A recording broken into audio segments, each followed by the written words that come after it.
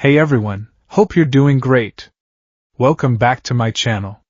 In today's video, we'll dive into what if Deku discovered the Relic of Heroes. Smash that subscribe button, and be sure to peek at the description below. Let's begin. The world was muted. That was the first thing Izuku Midoriya noticed as he walked away from the rooftop. The cacophony of Muzurifu, the distant rumble of the maglev train, the chatter of pedestrians, the ever-present hum of a society powered by quirks, had receded into a dull, featureless drone. It was as if someone had stuffed cotton in his ears, or rather, as if the part of his brain that processed the vibrant pulse of life had simply shut down. All that remained was the hollow echo of 5 words, looping endlessly in the cavernous space where his dreams used to be. No, I don't think so. The phrase was a phantom limb, an ache for something that had been amputated. His own question, so full of fragile, desperate hope, had been the scalpel. Can I be a hero, even without a quirk? And All Might, his idol, the symbol of peace, the man whose smile was supposed to make everything okay, had been the one to make the cut. It's good to have dreams, young man. But you also have to be realistic. Izuku's feet moved on autopilot, one worn red sneaker in front of the other, carrying him through streets he'd walked 1,000 times but didn't recognize. Realistic meant accepting the truth he'd been fighting his entire life. It meant accepting the pitying looks from his teachers, the sneers from his classmates, the explosive, contemptuous rage of Katsuki Bakugo.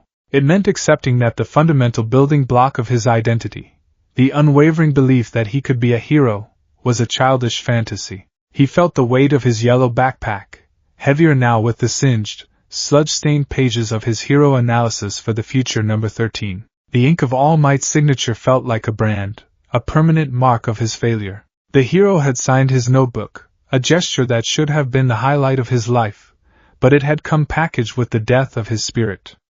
A consolation prize for a broken boy. The memory of the sludge villain incident clawed at him. The suffocating terror, the burning in his lungs, the sight of Kaken's desperate, pleading eyes. He had run in. His legs, clumsy and useless, had moved on their own. For a few terrifying seconds he had acted.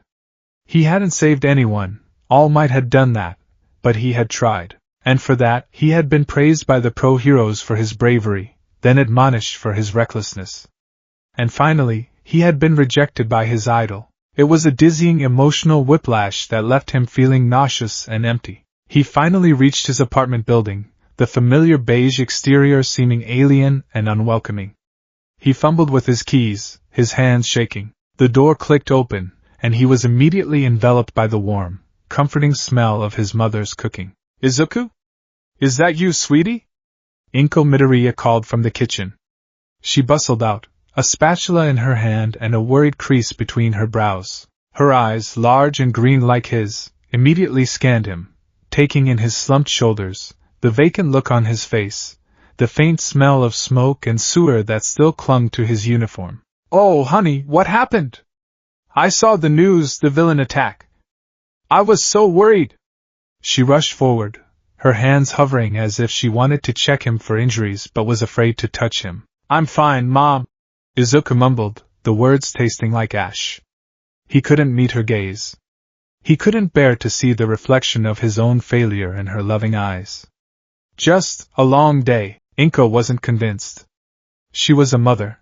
She possessed a quirk far more potent than her ability to pull small objects toward her. She could sense the tectonic shift in her son's soul. Izuku, she started, her voice soft and full of concern. I'm just tired, he said, a little too quickly, shrugging off his backpack. I'm going to my room. I'm not really hungry. He didn't wait for a reply, scurrying down the short hallway and closing his bedroom door behind him with a soft click.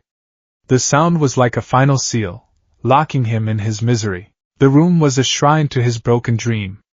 All Might posters covered every wall. All Might figures stood in heroic poses on his shelves. The All Might-themed alarm clock on his desk read 5:47 p.m. The smiling, triumphant face of the symbol of peace was everywhere, a constant, crushing reminder of the words spoken on that rooftop. He sank onto his bed, the springs groaning in protest. He stared at the ceiling, the looping words in his head finally giving way to a raw, silent scream of pure anguish. It wasn't fair. Why him? Why was he born into a world of incredible powers, only to be left behind?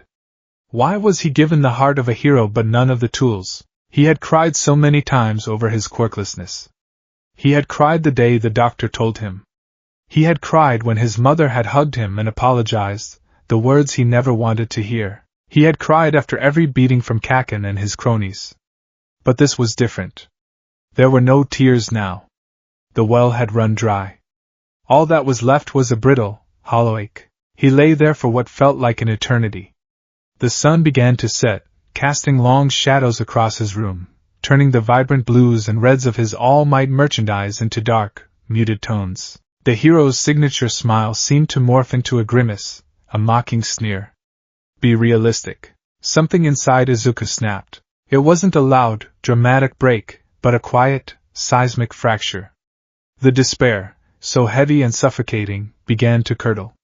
It transmuted, under the immense pressure of a lifetime of pain, into something new, something hot and sharp, anger. It was a cold, defiant fury.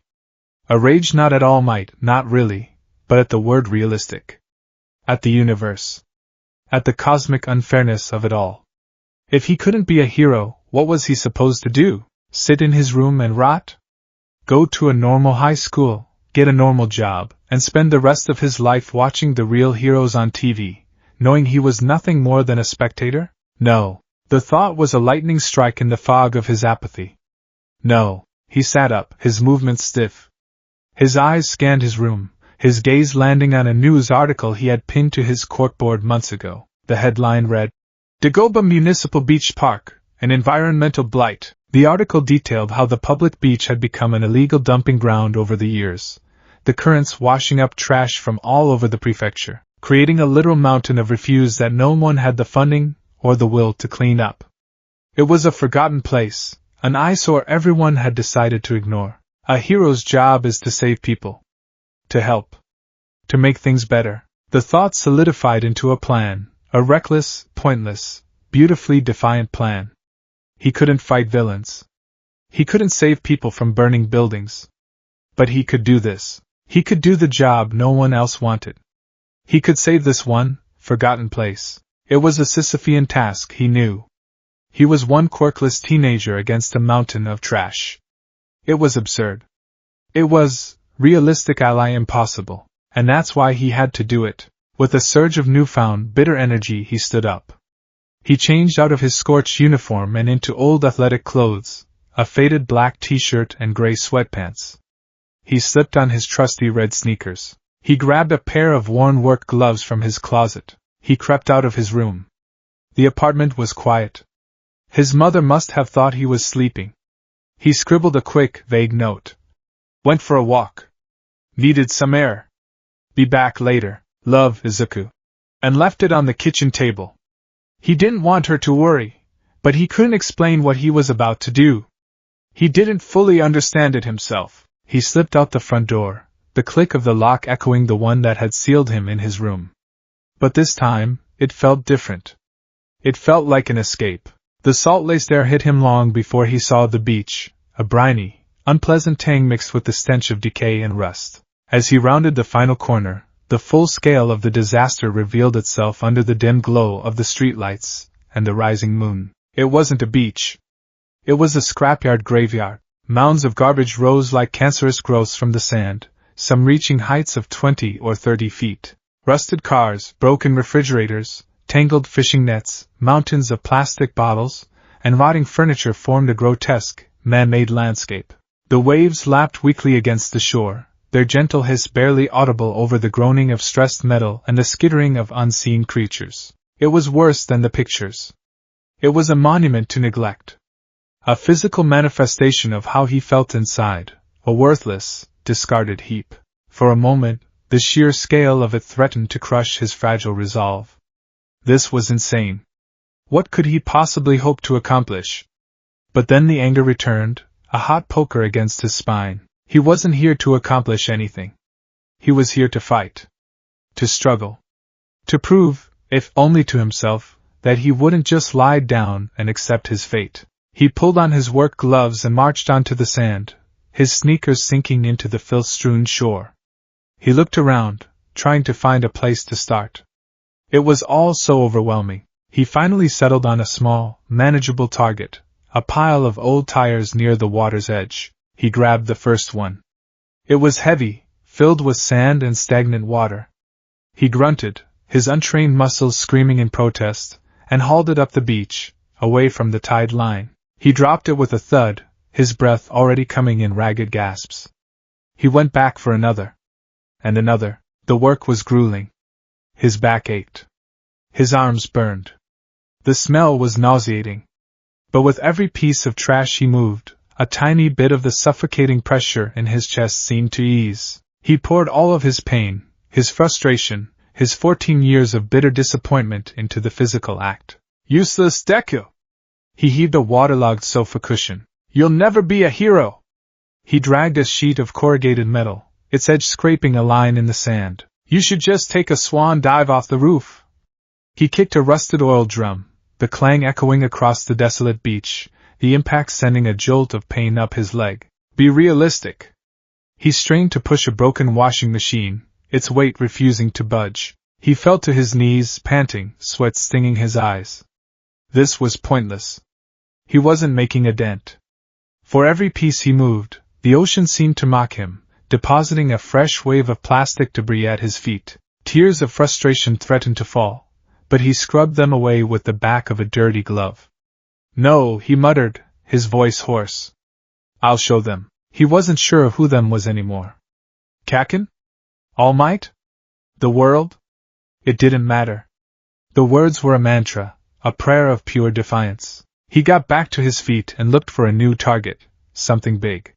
Something that would require all of his pathetic, quirkless strength. His eyes landed on the chassis of a small car, half buried in the sand, its door hanging ajar like a broken wing.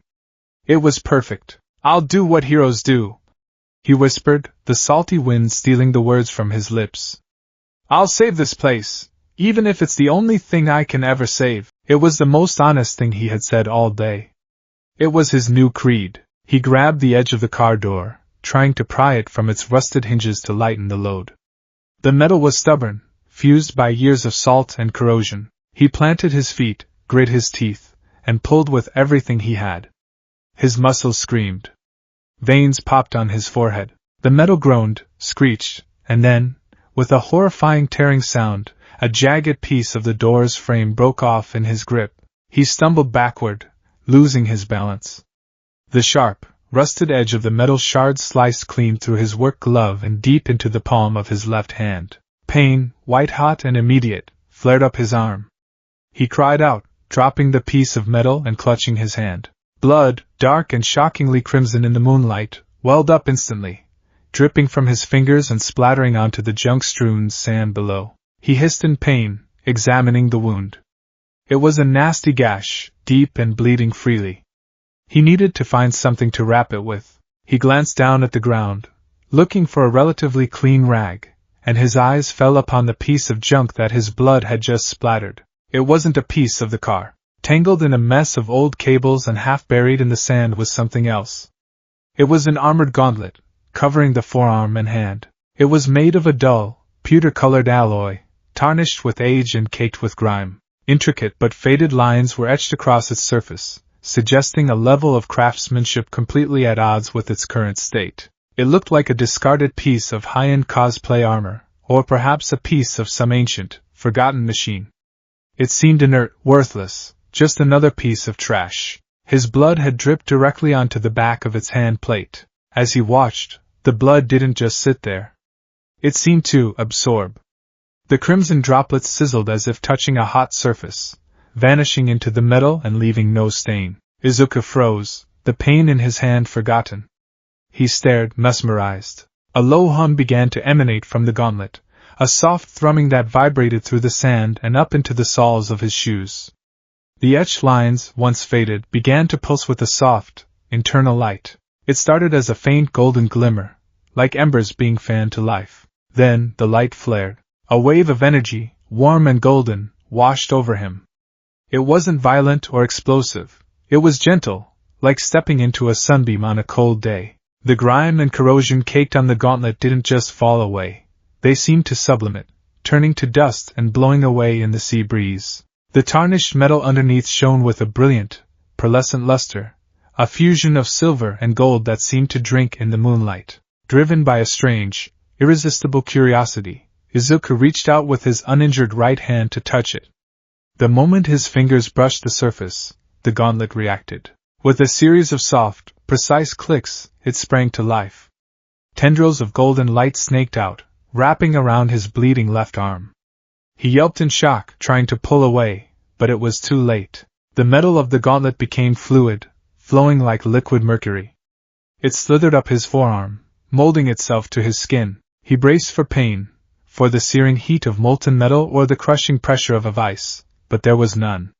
It was a bizarre, weightless sensation. The cool metal flowed over the gash on his palm, and the throbbing pain vanished instantly, replaced by a soothing warmth. It reshaped itself perfectly to his hand, his wrist, his forearm, every contour mapped with impossible precision. Then, just as quickly as it had turned liquid, it solidified, locking into place with a final, resonant chime. It was no longer a piece of junk.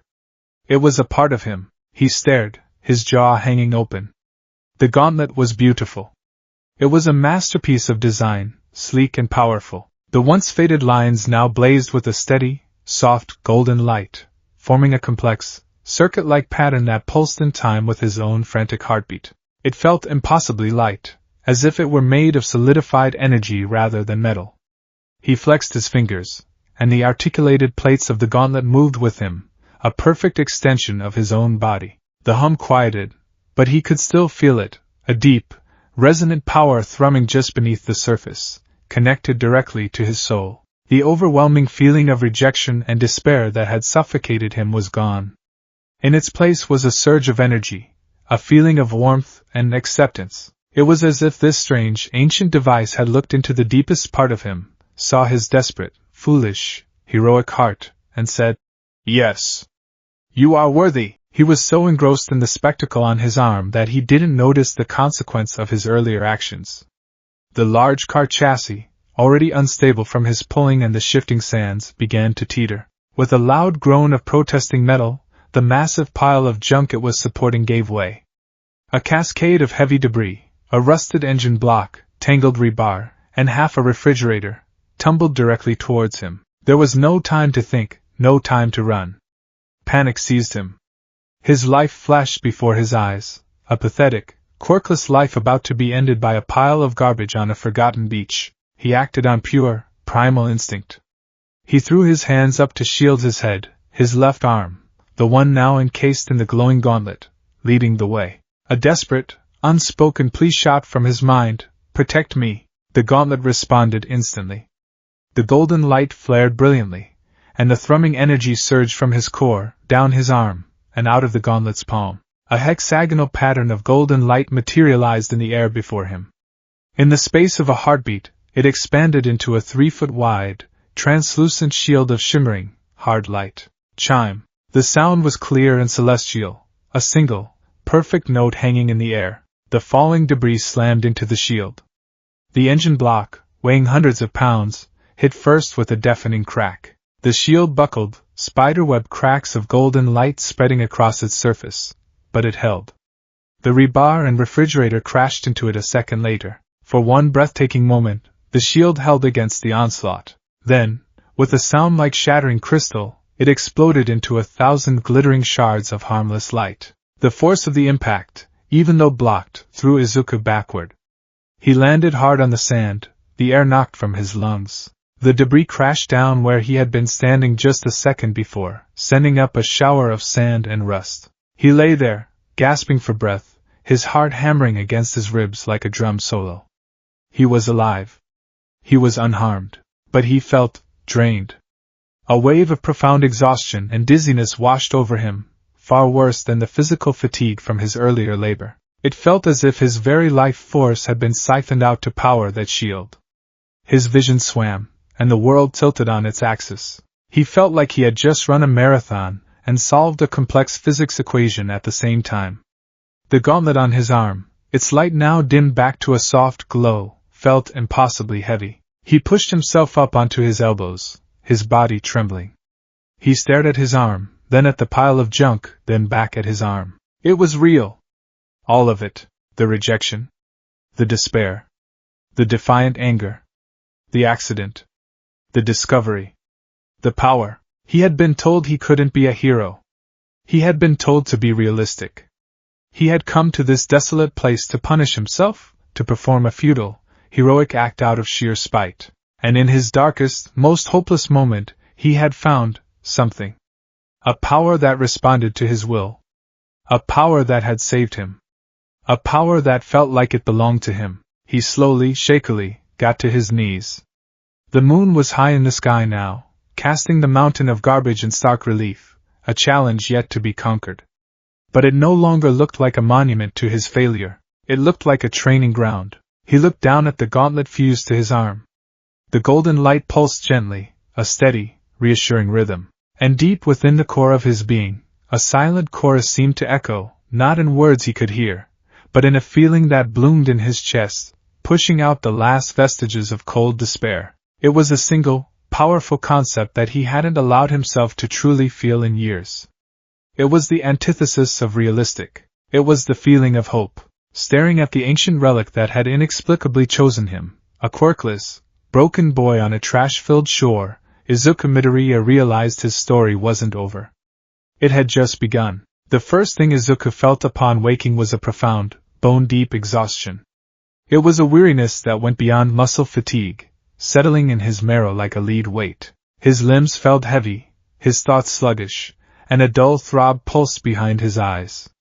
For a blissful, groggy second, he thought it was just the aftermath of a vivid, emotionally turbulent dream. A dream where he had been rejected, found a magic gauntlet, and stopped a pile of falling junk with a light shield. It was the kind of fantastical, wish-fulfillment scenario his mind would conjure up to escape the grim reality of his life. Then he moved his left arm. The sensation was immediate and undeniable.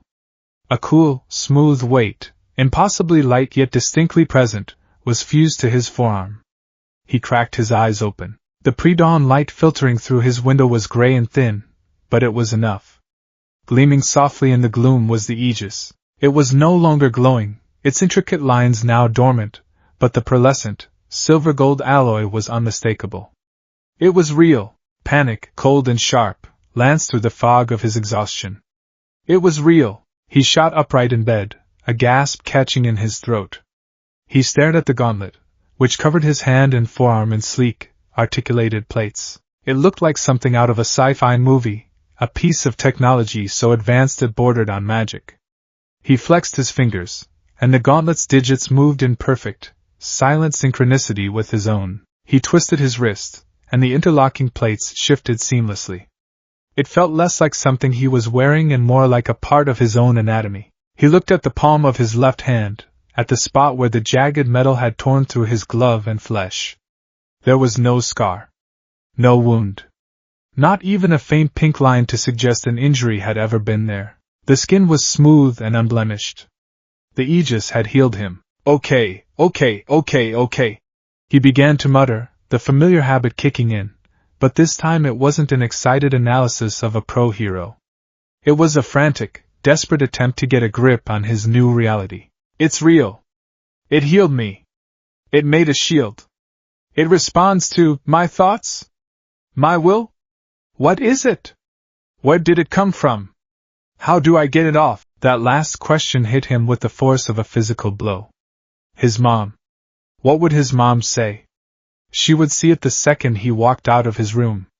He couldn't possibly explain this. Hi Mom, I know I've been quirkless my whole life, but last night I found a mystical arm guard on a garbage beach and now it's permanently attached to me.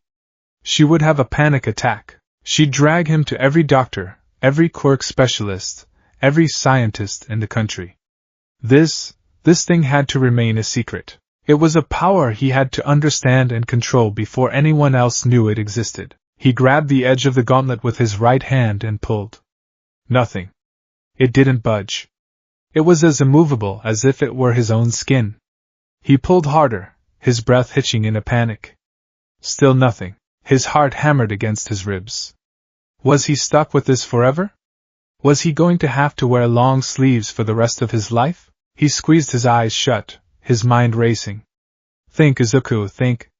How did it get on? It flowed, it reshaped. It responded to me. Maybe it will respond again. He took a deep, shuddering breath, trying to calm the storm in his chest. He focused on the gauntlet, on the feeling of it against his skin. Hide, he thought, pouring all his desperate intent into the single word. Get smaller. Be discreet. Please. For a moment, nothing happened. The gauntlet remained a silent, beautiful, and terrifying fixture on his arm. Disappointment began to curdle in his gut. But then, he felt it. A faint vibration, a low hum that seemed to resonate directly in his bones. He opened his eyes just in time to see the intricate lines on the aegis flicker with a soft, golden light. With a series of quiet, satisfying clicks, the plates began to shift. They didn't melt this time, but retracted, folding into one another with impossible mechanical precision. The handplate collapsed into the wrist guard, which in turn telescoped into the forearm piece. The whole assembly compressed, flowing and folding in on itself until all that remained was a wide, deceptively simple-looking bracelet of the same silver-gold metal, resting snugly on his wrist. Izuku stared, dumbfounded. He wiggled his fingers, now free and uncovered. He touched the smooth, cool surface of the bracelet. It was seamless, with no visible clasp or mechanism. It just was. A wave of relief so powerful it left him lightheaded washed over him. He could hide it. He could actually hide it. A new thought struck him. The cover story. He couldn't just suddenly start wearing a strange metal bracelet. His mom would notice. She noticed everything. He needed a plausible excuse. He scrambled out of bed, his mind working furiously. A support item? Yes. That was it. For training. It made perfect sense, given his sudden, borderline manic dedication to cleaning the beach. The smell of miso soup wafted into his room, and he heard the gentle sounds of his mother moving around in the kitchen.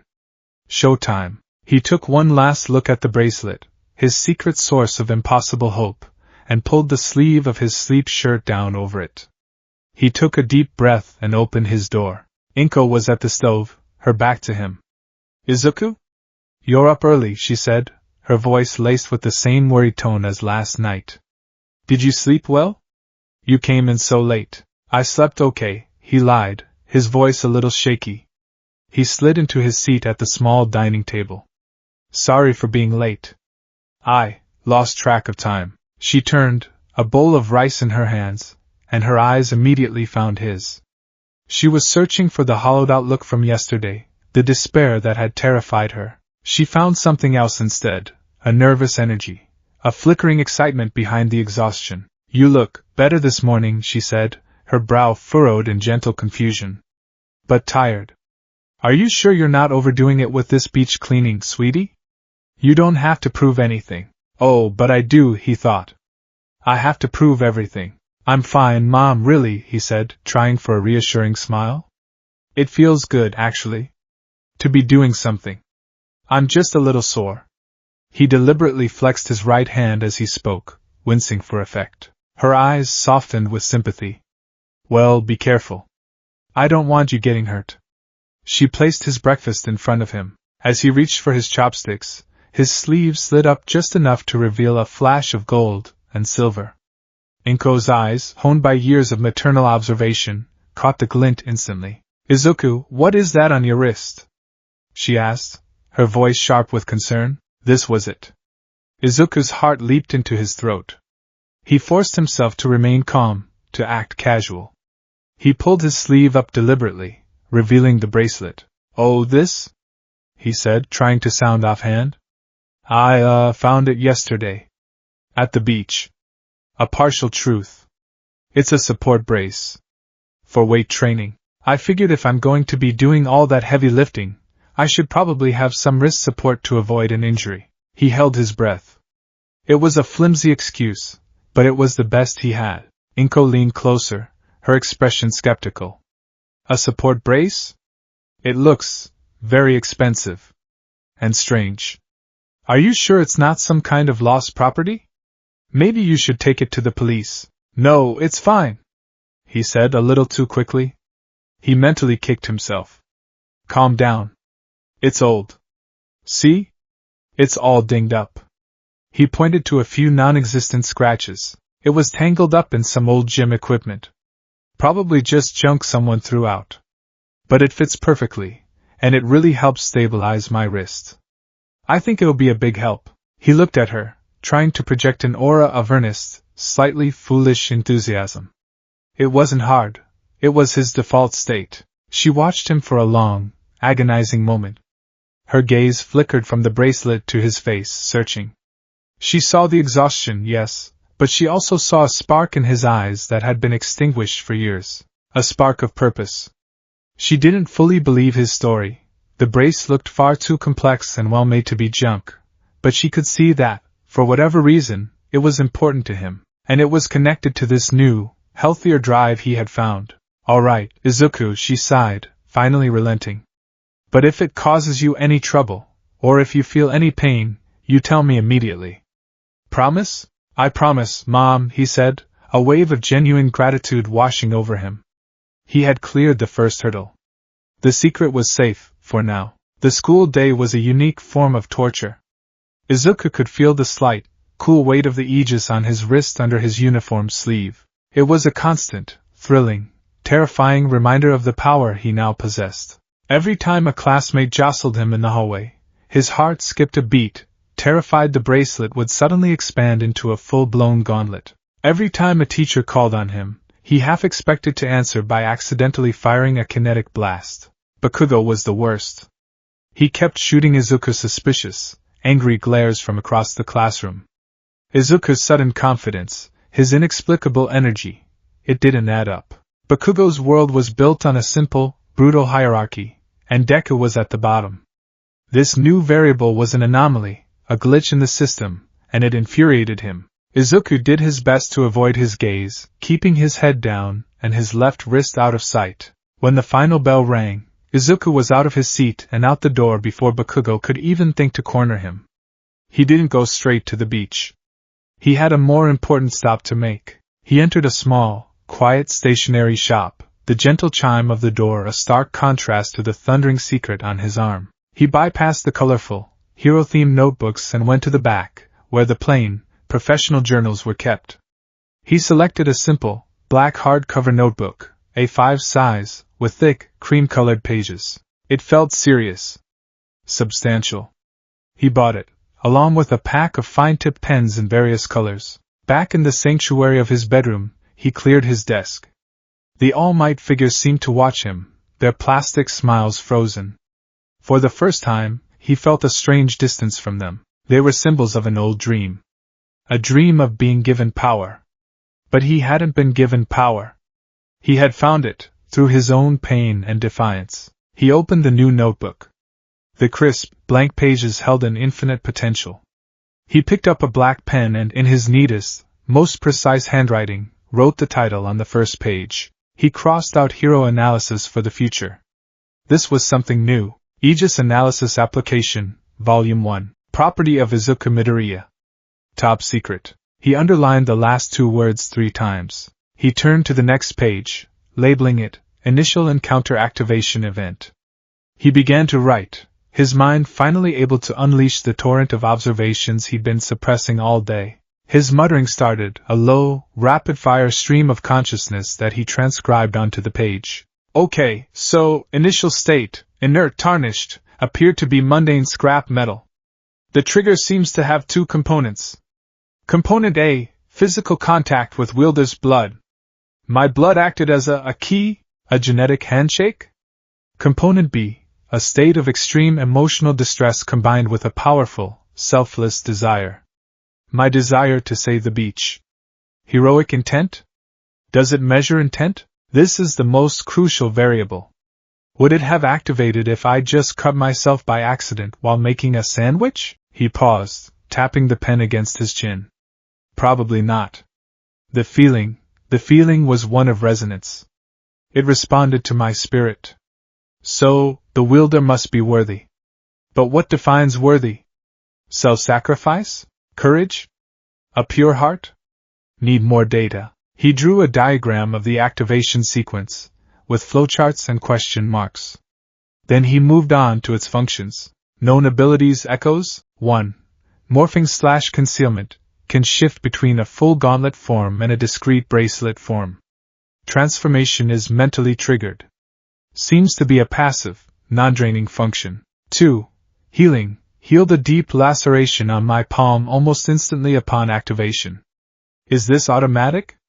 Or did it happen because the initial fusion required a whole, healthy body?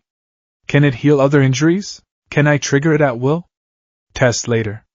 Carefully. 3. Ability channeling. This is the primary function. It allows me to manifest temporary quirk-like abilities. The first manifested ability was a defensive barrier. He dedicated an entire page to the barrier. Echo analysis, barrier. Name, let's call it Echo, Aegis Shield. Aegis means shield, after all. Trigger, instinctual. A desperate mental plea for protection. Manifestation, translucent, hexagonal, hard light construct. Approximately 1 meter in diameter. Appeared instantly. Power, strong enough to momentarily stop several hundred kilograms of falling debris. Duration, lasted only a few seconds under extreme stress before shattering. Cost, catastrophic energy drain. Profound physical exhaustion, dizziness, mental fatigue. The cost seems proportional to the power output. A smaller shield for a smaller impact might be less draining. Hypothesis: my body is the battery. The Aegis is the device.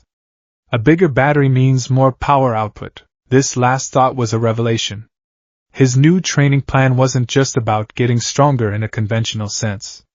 It was about increasing his battery capacity. More stamina, more endurance, meant he could use the Aegis for longer, more powerful effects without collapsing. He had a baseline. Now, it was time for more controlled experiments. His bedroom was his new laboratory. He locked the door, drew the curtains, and placed his iconic 5 kilograms all-might dumbbell on the floor.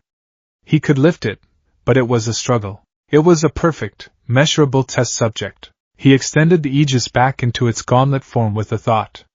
The silent, fluid transformation was still awe-inspiring. He took a few deep breaths, trying to replicate the mental state from the beach. It wasn't about desperation this time. It had to be about focus. He looked at the dumbbell. He didn't want to push it or block something from it.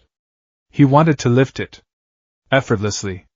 He closed his eyes and focused on the concept, the pure idea of strength. Not the explosive power of all might, but a simple, potent physical enhancement. Strength. More strength. Let me lift it. He felt the hum in his arm. A different pattern of light glowed on the gauntlet.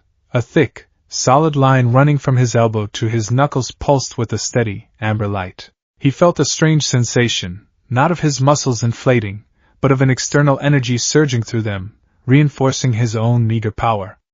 It was like his arm had been filled with liquid steel. He reached down and wrapped his fingers around the handle of the dumbbell. He lifted. It came off the floor with comical ease. It felt like it was made of styrofoam. He lifted it up to his shoulder, then pressed it overhead. No strain. No shaking. He held it there for 10 seconds, 15, 20. A minute passed. He could have held it all day. He slowly lowered it, placing it gently back on the floor. As he released the mental focus on strength, the amber light faded, and the feeling of reinforcement vanished. His arm felt normal again, but a wave of fatigue, much lighter than the one from the shield but still noticeable, washed over him. He scrambled back to his notebook, his hand flying across the page. Echo analysis, strongarm. Name, Echo, strongarm. Category, enhancement. Trigger, focused mental request for strength. Manifestation, amber light pattern. Sensation of external energy reinforcing muscle tissue. Effect, dramatically increases physical lifting strength in the arm. Estimated increase, at least 1000%. Need to test on heavier objects. Cost, minor fatigue. Proportional to duration of use. A 1-minute use is roughly equivalent to a 20-minute, high-intensity workout. Sustainable for short bursts. He was grinning like an idiot. This was incredible. He had a strength enhancer. He had a shield. What else? What else was in this miraculous toolbox? His eyes darted around the room, looking for another test. He remembered the feeling of the shield shattering, the outward burst of force. Could he do that on command? A push? He looked at a stack of old manga on his floor. A safe, soft target. He stood back, took a deep breath, and extended his gauntlet hand. He focused on the concept of push, a sharp, outward burst of kinetic force. Like a small explosion, but directed. Push. He wasn't prepared. The Aegis responded to the raw, unfocused command with far more power than he'd anticipated. The light that flared on the back of his hand wasn't amber or gold, but a brilliant, electric blue. Instead of a gentle hum, he heard a high-pitched whine, like a capacitor charging. A ball of crackling energy, no bigger than a fist, formed at his palm for a fraction of a second. Then, with a deafening crack boom, it discharged. It wasn't a push. It was a cannon blast. The kinetic force tore through the air, completely missing the pile of manga and slamming into the wall behind it. The plasterboard didn't stand a chance. It exploded inward, leaving a gaping, jagged hole the size of a dinner plate, revealing the insulation and wiring within. The room filled with the smell of ozone and plaster dust. A fine white powder rained down on the carpet. Izuku stood frozen in shock, his arms still outstretched, his ears ringing. The recoil had been surprisingly minimal, but the energy drain was immense. He felt like he just sprinted up a flight of stairs, and a sharp, splitting headache was already blooming behind his temples. And then, something else happened. For a fleeting, disorienting microsecond, his vision flickered. He wasn't in his bedroom anymore. He was standing on a skyscraper of impossible height, the wind whipping through a sleek, futuristic hero costume as he looked down at a city gleaming with neon and chrome, a city he had never seen before. The memory, the feeling, the sensation of the wind, it was all intensely, vividly real. Then, just as quickly it was gone, leaving him back in his ruined bedroom, gasping for air. What was that? His panic was abruptly cut short by a far more immediate terror. The sound of keys in the front door. Izuku? I'm home. I picked up some katsudon for dinner. His mother. Pure, undiluted panic seized him. He had just blown a hole in his bedroom wall. The evidence was irrefutable. He scrambled, his mind a whirlwind of adrenaline. Hide it. He had to hide it. His eyes darted around and landed on the largest All Might poster he owned, the one from the Silver Age collection, showing the hero with his arms crossed, smiling confidently. It was big enough. He ripped the poster from its spot above his bed, fumbled with a roll of tape, and with shaking hands slapped it over the hole. The edges were crooked, and a small puff of dust escaped from behind it, but it covered the damage. Izuku? His mom called again, her footsteps approaching his door. See coming, Mom? He squeaked, his voice an octave too high.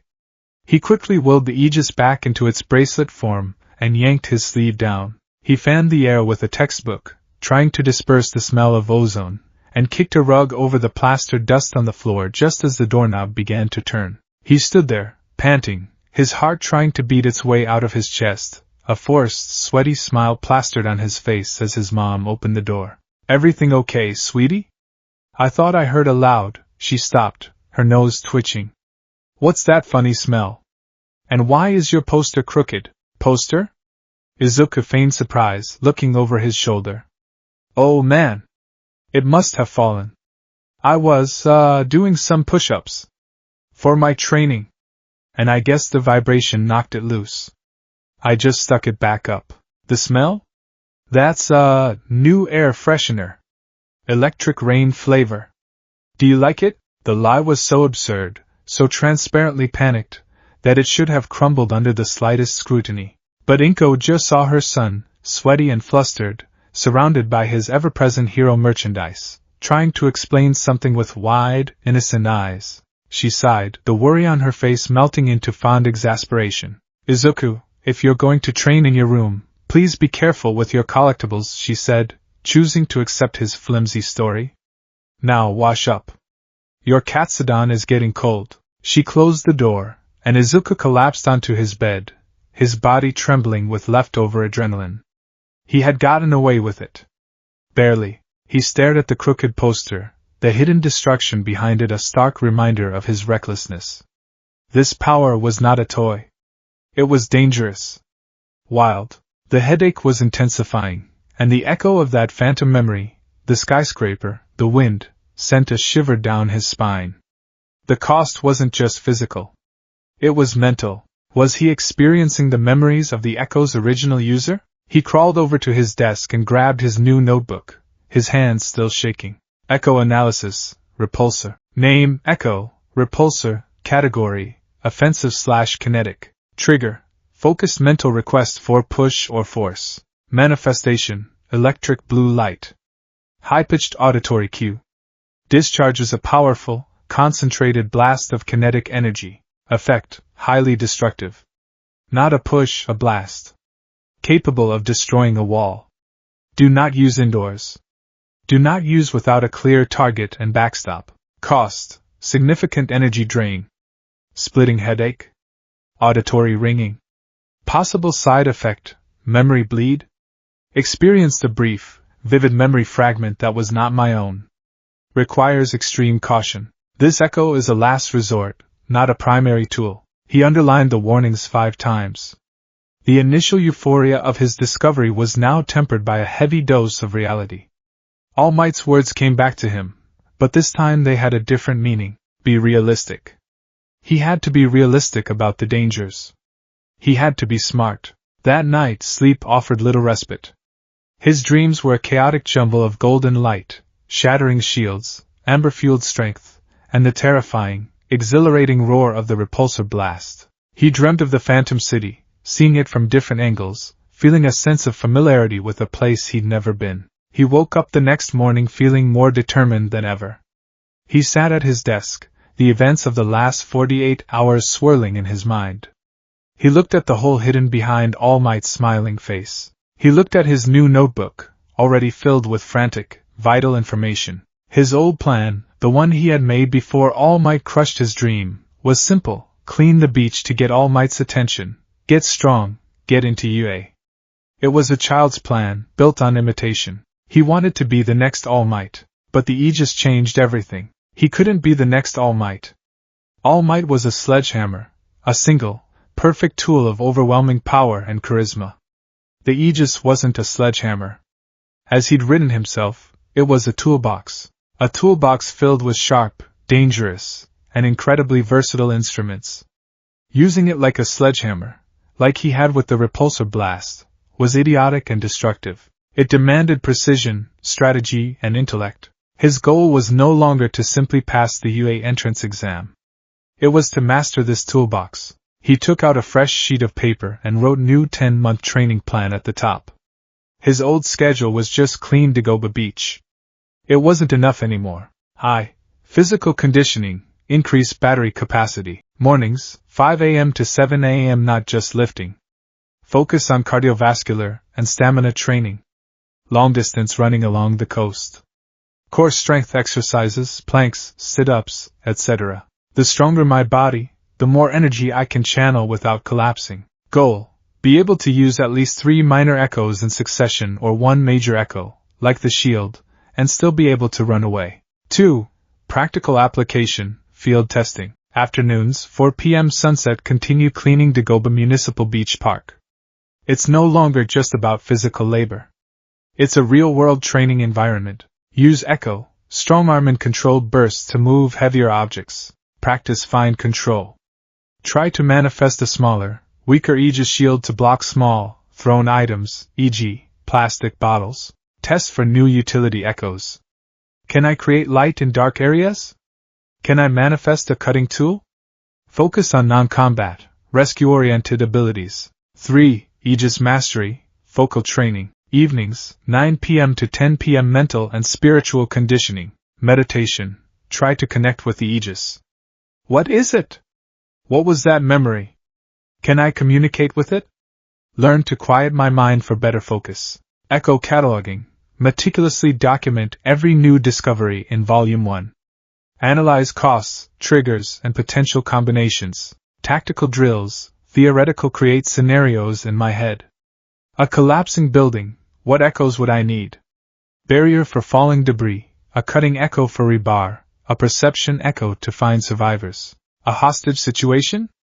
A stealth echo to approach, a disorienting echo to distract. He looked at his new plan.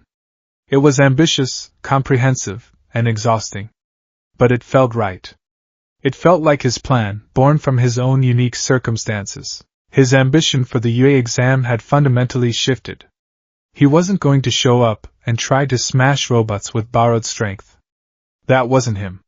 He was going to show up as a strategist. He would use the Aegis to be efficient, to protect others, to disable opponents with minimal force.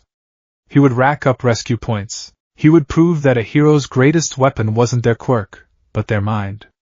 He would prove that a thinking hero, a versatile hero, was just as valuable, no, more valuable, than a powerhouse. He leaned back in his chair, the black notebook held tightly in his hands. The path forward was no longer a desperate hope.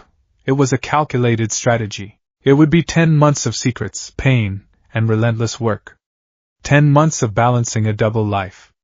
But for the first time since he was 4 years old, Izuku Midoriya had more than just a dream. He had a plan. And on his wrist, he had the power to make it a reality. 10 months. 10 months of secrets, sweat, and searing pain. 10 months of living a double life, a triple life even. There was Izuku Midoriya, the quiet, unassuming middle school student. There was Deku, the obsessive beach cleaner, a local curiosity whose Sisyphean task had slowly, impossibly, begun to transform the blighted Dagoba shoreline. And then there was the third Izuku, the one who only existed in the solitude of his room or the pre-dawn gloom of the beach, the wielder of the Aegis. The boy who stood before the colossal gates of UA High School was an amalgamation of all three, yet something entirely new. He was leaner, harder. The baby fat had been burned away by months of relentless physical conditioning, replaced by wiry muscle etched onto his frame. His posture was no longer the apologetic slump of a perennial victim.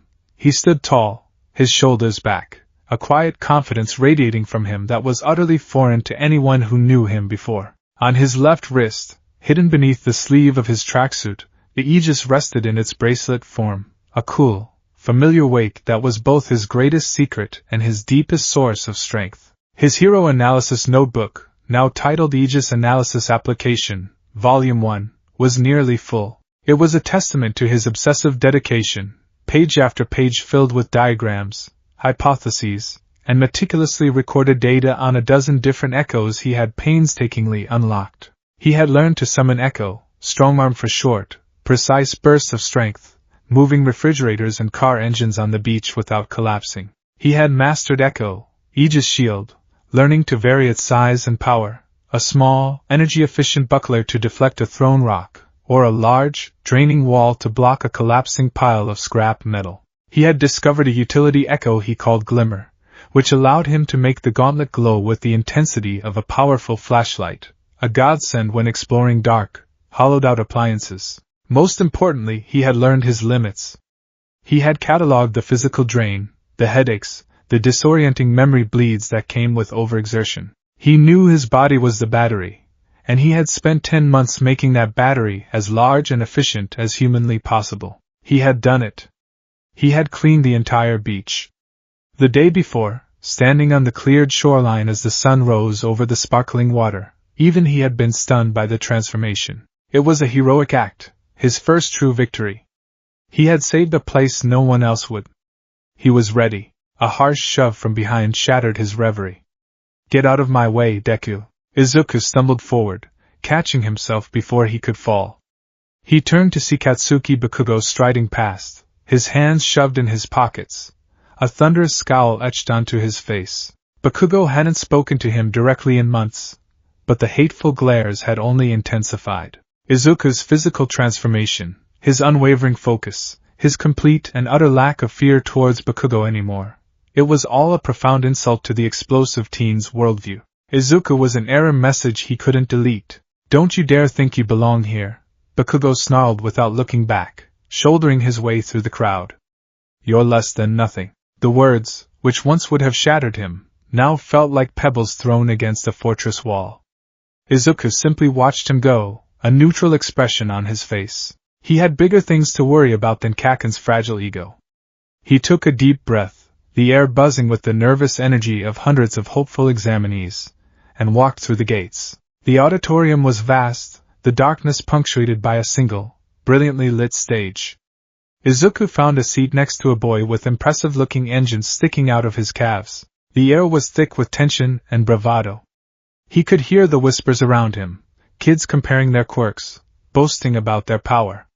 He stayed silent, his hand resting protectively over his left wrist. The voice hero, Present Mike, exploded onto the stage, his characteristic yeah echoing through the hall. He launched into an explanation of the practical exam, a 10-minute mock battle in a massive, simulated cityscape. Examinees would fight against 3 types of robotic villains, worth 1, 2, and 3 points respectively. Your goal is to use your quirks to rack up as many points as you can. Present Mike screamed. But listen up, little listeners. This ain't a video game. Taking out your fellow examinees is a big no-no, you dig? As the hero explained the rules, Izuku's mind was already at work, cross-referencing his known echoes with the task at hand. Okay, 1-pointers are likely small and fast. 2-pointers more armored. 3-pointers will be the toughest. Brute force is one way. Kaken will do great with that. But it's inefficient. Destructive. Loud. It draws attention. What's a smarter way? Present Mike then mentioned the final robot. And then there's the big boss. The 0-pointer. This guy's an arena trap. He's worth 0 points, so my advice is to run away. A slide showed the silhouette of a colossal robot, towering over the mock city's buildings. A murmur of fear and awe rippled through the crowd. Izuku stared at it, his analytical mind dissecting the implied threat. Not an enemy to be fought, but an obstacle to be avoided. A test of judgment, not power. The real test is how you react when faced with an insurmountable obstacle. Do you panic? Or do you think? It was then that the boy with the engines in his legs, Tenya Ida, shot to his feet, a rigid hand raised in the air. He delivered a stern, formal inquiry about the handout showing 4 robots instead of 3, and then turned to admonish Izuku for his quiet but incessant muttering. And you, with the curly hair, Ida declared, his arm chopping stiffly towards Izuku.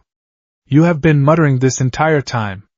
It is distracting and disrespectful to the other examinees. If you think this is some kind of game, then you should leave. Izuku froze, a hot blush creeping up his neck as hundreds of eyes turned to him. He bowed his head slightly. Sorry, he stammered out, the old reflex kicking in. But inwardly, he was calm. He wasn't plotting against anyone, he was strategizing. Ida had misinterpreted his focus for frivolity. It was a mistake Izuku was counting on everyone making today. They were herded onto buses and driven to their designated battle centers. Izuku found himself at Battle Center B, standing before another set of massive gates. He stretched, feeling the familiar burn in his muscles. He closed his eyes, focusing his will on the bracelet. With a series of near-silent clicks that only he could feel, the aegis flowed from its discrete form, encasing his left arm in the sleek, silver-gold gauntlet. He kept it tucked close to his body, hidden from view. He was surrounded by kids powering up their quirks. One was stretching his limbs like rubber, another was shooting lasers from her navel, and a boy with a bird head was conversing with a living shadow. It was an incredible, intimidating display of power, and then there was him. The quirkless kid. He could feel their sideways glances, their dismissive smirks. Let them think what they want. Underestimation was an asset. And start. Present Mic's voice boomed from unseen speakers. The massive gates slid open. The crowd of examinees stood frozen for a moment, confused. What's the hold-up? The voice screamed. There's no countdown in a real fight. Run! Run! Run! That broke the spell. The crowd surged forward in a chaotic wave, a stampede of quirks and ambition. Izuku was nearly swept off his feet, but he held his ground. He didn't join the mad dash. Instead, he took a precious second to observe. The other kids were running straight down the main thoroughfare, looking for the most obvious targets. A rookie mistake. They were all competing in the same small area, getting in each other's way. Izuku turned and sprinted down a narrow side alley. It was a longer route, but it was empty. His strategy wasn't to compete for kills, it was to hunt efficiently. He emerged onto a quieter street just as a one-pointer, a small, spider-like robot on 4 wheels, scuttled out from behind a car. It spotted him, a red optical sensor glowing menacingly, and charged. Too small for a repulsor blast, too weak to waste strong arm on. His mind was a running checklist. Inefficient. Need a different tool. He focused, dredging up a command from his memory, from a late-night test session in his room where he tried to manipulate the electromagnetic spectrum. He'd discovered a minor but useful ability. Focus. Targeted pulse. Short circuit. The Aegis hummed, and a faint blue corona, almost invisible, sparked around his gauntlet fist. He didn't punch the robot. He simply held out his hand as it got close and unleashed the thought. A localized electromagnetic pulse, no bigger than a basketball, washed over the machine. The robot's red eye flickered, sizzled, and went dark. It convulsed once and then rolled to a dead stop, its internal circuitry fried. 1 point. A synthesized voice announced in his ear, a feature he hadn't known about. Perfect. Low energy cost, just a slight headache, and completely silent. He was a ghost. He jogged down the street, his head on a swivel. His 10 months of training hadn't just been about power, it had been about awareness. He noticed things others missed, the scrape of metal on asphalt around a corner, the reflection of a robot's sensor in a shop window. He found a pair of 2-pointers blocking an intersection. These were humanoid, bulkier, their armor plating clearly thicker. The EMP trick wouldn't be strong enough to get through their shielding. He could use strongarm to rip them apart, but that would be noisy and tiring. Think smarter. Not harder. What is their weakness? He analyzed their design as they lumbered towards him. They were bipeds. Top-heavy. Unstable. He ducked behind a bus stop shelter. Okay, Aegis. I need something quick. A little hop. A jump. He focused on another echo he practiced, one that manipulated kinetic energy in a different way from the repulsor. Not a blast, but a controlled burst for movement. He called it blink. He poured a sliver of energy into the gauntlet. The air around him shimmered. He pushed off the ground and triggered the echo. For a fraction of a second, he was propelled forward in a short-range, instantaneous teleport of about 15 feet, reappearing directly behind the first 2-pointer. Before the robot could even register his new position, Izuku slapped his gauntlet hand against the back of its knee joint. He didn't use strongarm. He channeled a different, more subtle echo, one he named Fuse. It generated intense, localized heat. The metal of the joint glowed cherry red for a second, welding itself solid. The robot took another step, but its leg wouldn't bend. It lost its balance and toppled forward with a deafening crash, its own weight and momentum doing the work for him. 2 points. The second robot turned, its cannons whirring as it targeted him. Izuku didn't wait. He sprinted towards it, but not head-on. He ran towards the wall of the building beside it. As he drew level with the robot, he kicked off the wall, using his own momentum and a tiny burst from the blink echo to launch himself sideways. He flew through the air, twisting his body, and brought his gauntlet fist down on the robot's head. This time, he used a focused repulsive blast.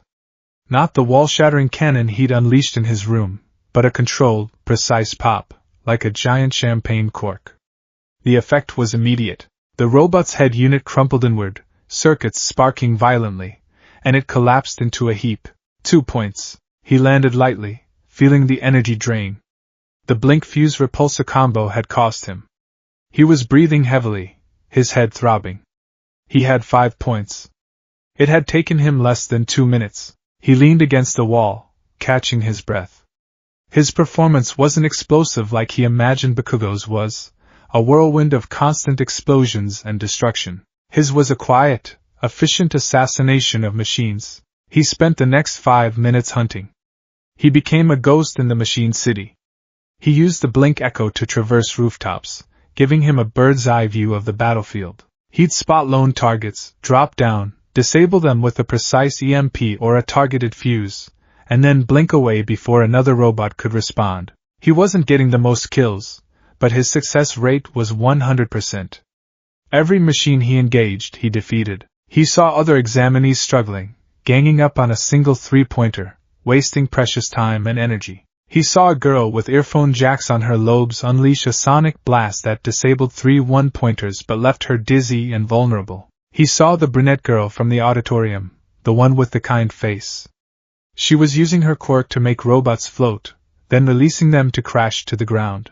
It was effective, but he noticed she was starting to look nauseous. She was hitting her limit. He continued his hunt, his point total climbing steadily. 10. 15. 22. 28. 35. He was a silent predator, and his strategy was working perfectly. He was conserving energy, avoiding unnecessary confrontation, and thinking 3 steps ahead. This was what he had trained for. To prove that analysis and strategy were powers in their own right. And then the ground shook. A low, grinding rumble vibrated through the soles of Izuku's sneakers, growing into a deafening roar. A shadow fell over the entire city block. Every examinee, every robot froze. With a cataclysmic crash of shattering asphalt and twisted steel, the zero-pointer rose from behind a building. It was apocalyptic. It was bigger than the buildings, a behemoth of green and gray metal that blocked out the sky. Its single, massive red eye scanned the cityscape, and its colossal arms, each the size of a bus, scraped against the facades of the skyscrapers. "Run away!" Someone screamed, and they did. The examinees, who moments before had been fighting with desperate courage, turned and fled in a tide of pure terror. It was the smart thing to do. The logical thing. It was exactly what President Mike had advised. Izuku started to run, too. His mind was screaming at him. Obstacle. Not a target. 0 points. It's a trap. His plan was clear. Get away. Find more smaller bots in the final minutes of the exam. He was rounding a corner when he heard it. A small, pained cry. Ow! He skidded to a halt, his head snapping back toward the source of the sound. There, not 50 feet from the zero-pointer's path of destruction, was the kind-faced brunette girl, Ochako Uraraka. She was trapped, her leg pinned beneath a huge slab of concrete dislodged by the robot's emergence. She was trying desperately to push it off, but it was too heavy. Tears of pain and frustration streamed down her face as the colossal robot continued its slow, inexorable advance towards her. Time seemed to slow down. Izuku saw the scene with perfect, crystalline clarity. The other examinees were running away, their backs to her. No pro-heroes were coming. This was the test. This was the real test. His notebook, his strategies, his point counting, it all vanished. 10 months of calculated training, of learning to be a smart hero, evaporated in the face of one simple, primal truth: someone was in trouble. His legs moved. He didn't think. He didn't analyze. He just ran, sprinting back towards the danger, towards the girl, towards the impossible obstacle. His heart was a frantic drum, but it wasn't pounding with fear. It was pounding with purpose. The memory bleeds, the phantom sensations from the echoes he'd used, had taught him something unexpected. They were more than just abilities. They were remnants of spirits, echoes of past heroes. He had felt their courage, their resolve. And in that moment, as he ran towards Uraraka, he felt them surge within him. It was a chorus of heroic will, harmonizing with his own. This was his moment. Not to show how smart he was, but to show what kind of hero he was. He reached Uraraka in seconds. "Are you okay?" He yelled over the grinding of the robot. "My leg! I can't move it!" She cried, her face pale with panic. The zero-pointer raised its massive fist, preparing to bring it down on the street right where they were. They had seconds. Izuku's mind, which had been blank a moment before, now lit up like a supernova. It wasn't the cold, calculating analysis from before. It was a rapid-fire, instinctual strategy, a symphony of heroism born from desperation and a deep, fundamental need to save. 1. Free her. 2. Protect her. 3. Stop the threat. "Don't worry.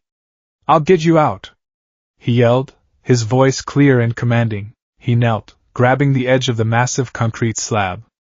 He didn't hesitate. He poured his will into the aegis, calling on the most basic, most reliable echo in his arsenal.